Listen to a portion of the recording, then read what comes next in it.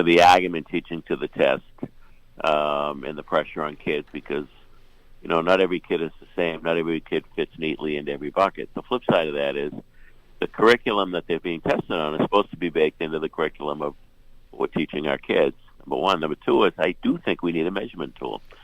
And if there's something ready to go in its place, I'd certainly entertain that. But at this point, I'm voting no because I just think we need the measurement place. And when you look at the numbers statewide, there's not a lot of kids that don't get through it. So I'm voting no. In fact, I'm voting no on all five. Oh, is that right? But when in doubt, vote no. Well, there are a wide variety of issues on the polls, everything from auditing the state legislature to legalizing psychedelic substances. Yeah, that to me is that's another big money deal. I'm concerned about that. We saw that happen with marijuana, and that one concerns me. And of course, number 5, I have a daughter who waitresses, and she's dead. You can't vote for that. This is going to really mess things up for waitresses and waiters. And that got imported from California. This woman who drives that has done it in other places. Washington, D.C., they did it, and a number of restaurants ended up closing. It's not the be-all, end-all that people think it is. So I hope people read the book that comes out by the Secretary of State. That is very helpful. Yes, and it's very time-consuming, so definitely study it carefully, and a good idea to write down your answers before you go to the polls. You'll be there all day if you don't. Yeah, sure. So there are a couple of local races.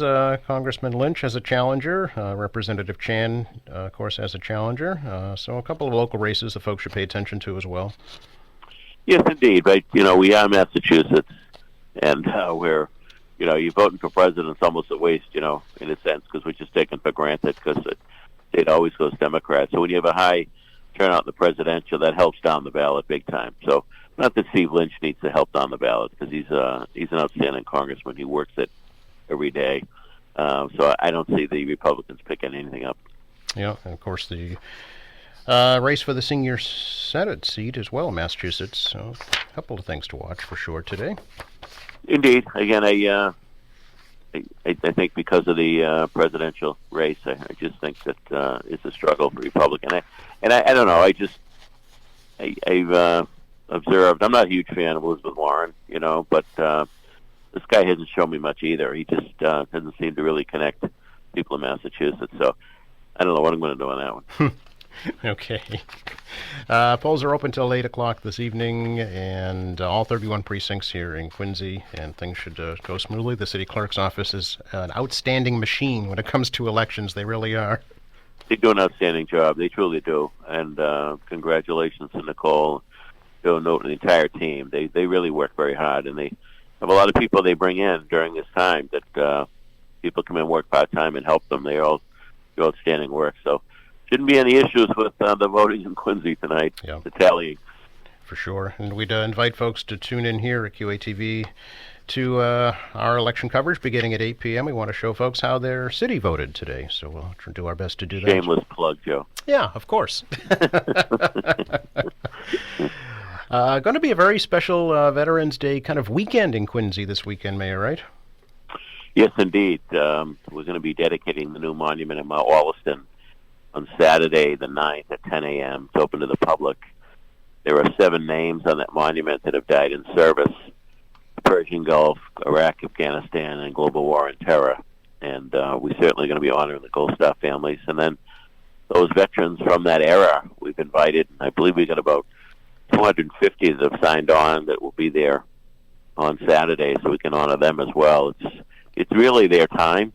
The city has spent a lot of effort with the help of Larry Norton and Tommy Belinder and a group of guys honoring the Vietnam vets because they never really got a truly welcome home. But we seem to have dealt with that pretty well, and even the Vietnam vets tell me it's time to honor these men and women who have served during this era. So, as you know, at Mount Wollaston, we have monuments to each of the battles since the Civil War right up through, and we felt it's time for honoring this group of dedicated veterans.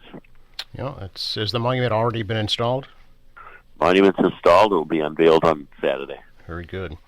And then, of course, the annual parade on Monday, right? Yes, which covers all veterans. Yes, that'll hopefully. I haven't looked at the long range, but hopefully the weather will be good for everything. And yes, we have an outstanding speaker, a gentleman from Quincy Point, served in the Army a long time. To get his rank, I don't know if he's a colonel, but Mr. Kroll, actually uncle to Brad Kroll, former Wood councilor. Yep. He's got quite a resume and quite a story. So, looking forward to his comments. Very nice. It's let's see, Monday at I think it's 11 a.m. that parade begins. I think it kicks off at. Does it meet at 10:30 or kick off at 10:30? Meets at 10:30. That's right. Yep. Yeah. Okay. Behind Quincy High School. Yes. Then goes down Hancock to the statue. Yep. Very good. In Merrimount Park. Then after that, Mayor, it's all holiday all the time. Indeed, the troops are working hard. We have our outside vendors. We have our city folks working very hard on putting together what is always a very welcome Christmas and holiday display for families of the city and beyond. People come from all over to see it. It is pretty special, and we're proud of that. It's become a great tradition in the city, so looking forward to those activities as always. The word about town is that there's going to be a little preview of Quincy 400 in this year's Christmas parade. Is that true? Well, there's a vicious rumor going on about that. I wouldn't bet against it. Ah, okay. So not to be missed. I did notice the Quincy 400 website has been completely revamped, so it sounds like things are starting to gear up.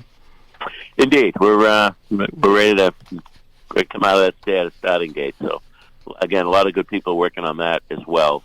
It's difficult trying to pin things down a year in advance. There's certain things that's easy. There's other things that you're dependent on people's commitments and all. It's a challenge, but it's going to be quite a show next year for the people of Quincy. Yeah, I know one thing you'd really hoped to get going next year was the groundbreaking for the Adams Presidential Center. Do you think that will happen? I don't think there'll be a groundbreaking, but I think there'll be a lot more to talk about, Okay. A lot more definitive plans. All right, we will look forward to that. Anything else you should let folks know about right now, Mayor? I think we got it covered, Joe. Happy Election Day. You too. Enjoy. Talk to you next week. Bye-bye. Bye-bye.